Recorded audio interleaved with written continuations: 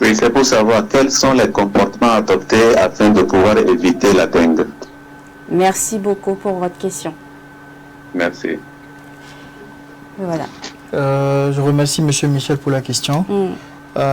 Déjà que le vaccin n'est pas disponible au Togo, c'est qu'il faut agir, c'est cette prévention qui est individuelle et personnelle.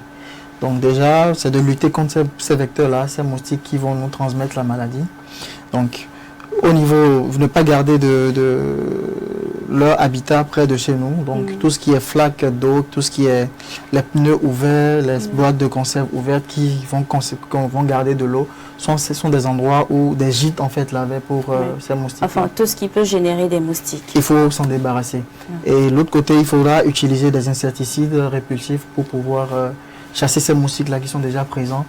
Et bon, voilà, quand même assurer de la première, comment on appelle, la première... Le premier comportement. Le premier comportement à avoir, voilà, pour prévenir. Voilà. C'est plutôt, voilà, c'est surtout ce